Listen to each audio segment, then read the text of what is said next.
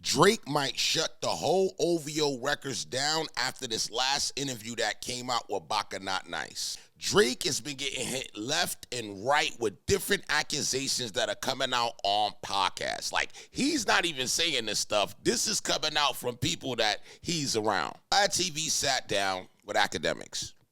And while he sat down for their conversation, he mentioned some questionable things about what was going on at the Hidden Tail Mansion, also known as YOLO Mansion, that Drake formerly owned.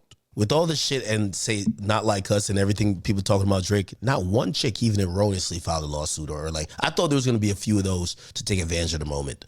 And there's been not one person that's accused Drake of anything. Yeah, but I wouldn't be surprised if some shit starts coming out. Because from what I understand, when Drake first moved to like Hidden Hills, like they were wilding out in that house. And him and his homies were doing some shit that probably got covered up somehow. You know what I'm saying? And now maybe people got paid. And I remember there was partying. No, not like. I heard some stories, you know, and I'm not going to mention them. There was getting it in type shit. I mean, some things could happen around that if certain people really started to make a lot of noise. But these allegations will come out and have people questioning, why did Vlad expose Drake the way he did on that interview? When it didn't seem like it could get any worse.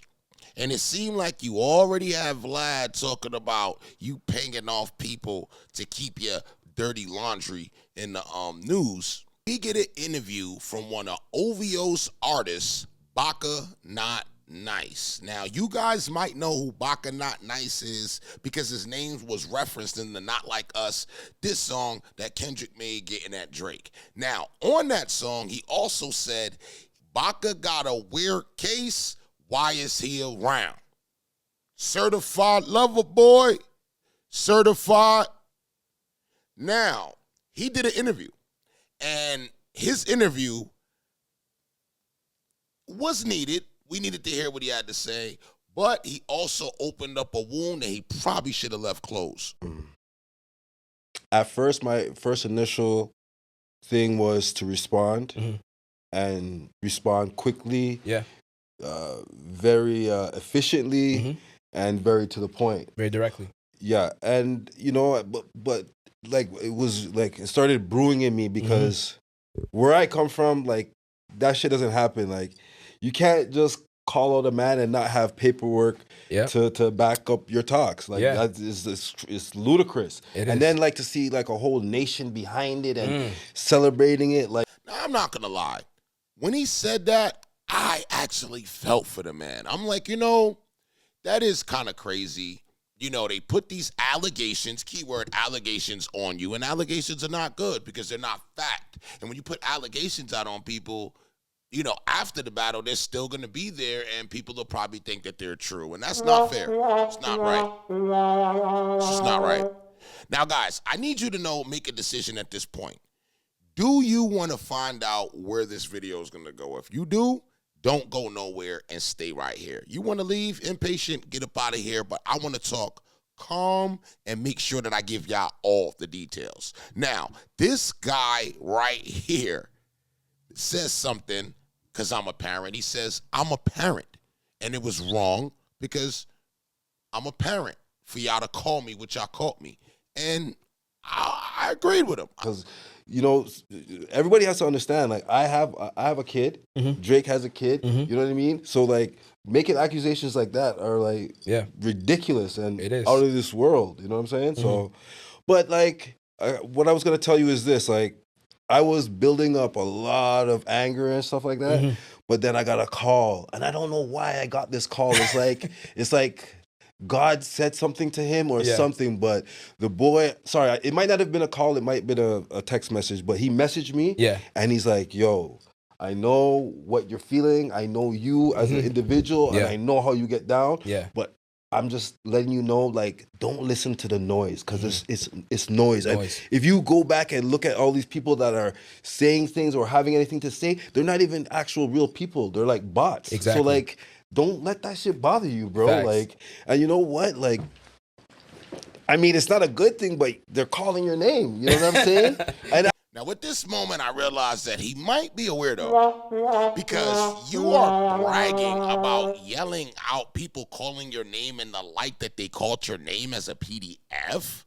I don't think that's the type of attention that you want. But if that's the attention that you want, okay, that's not what the video is about. Anyway, this part of the video is what I like to call you put your foot in your mouth.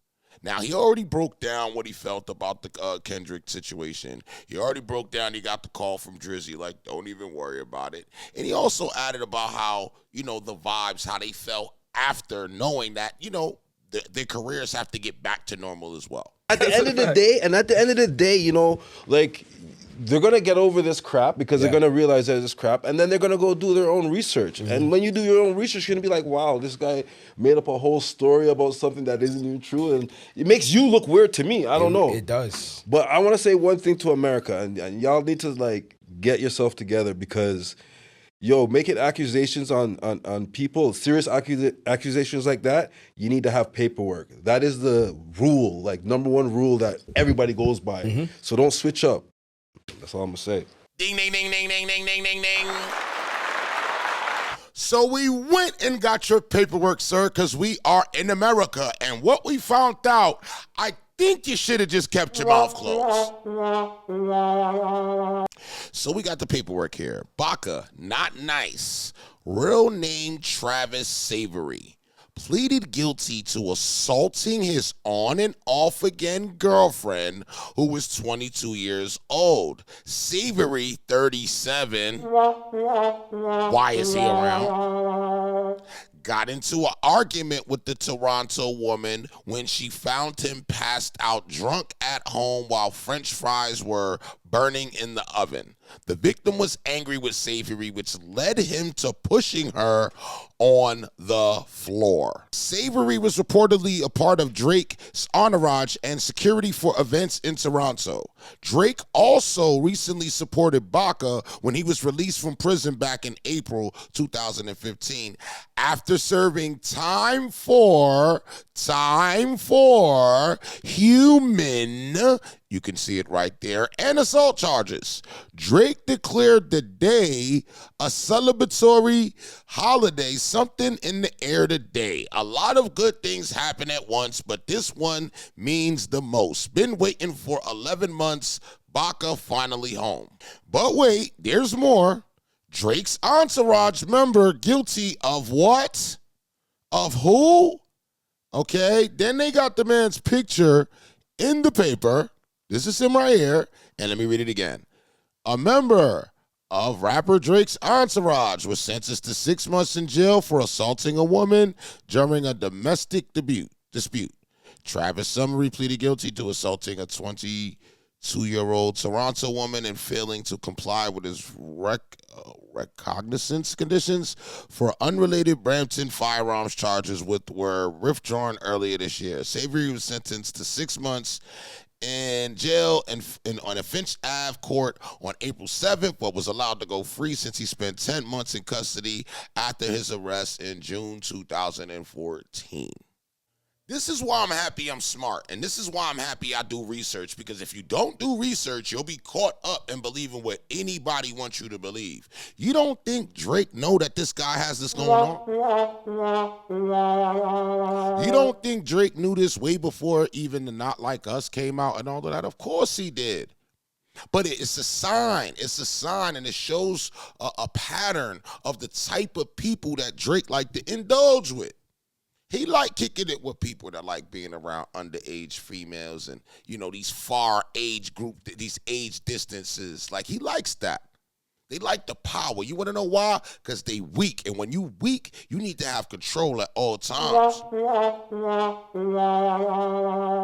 They need to have controls. And if control means getting you a young one up under the arm, right, and keeping her up under wraps, and knowing that you can't do that with a grown-ass woman, it shows your character and it shows the type of dude that you really is.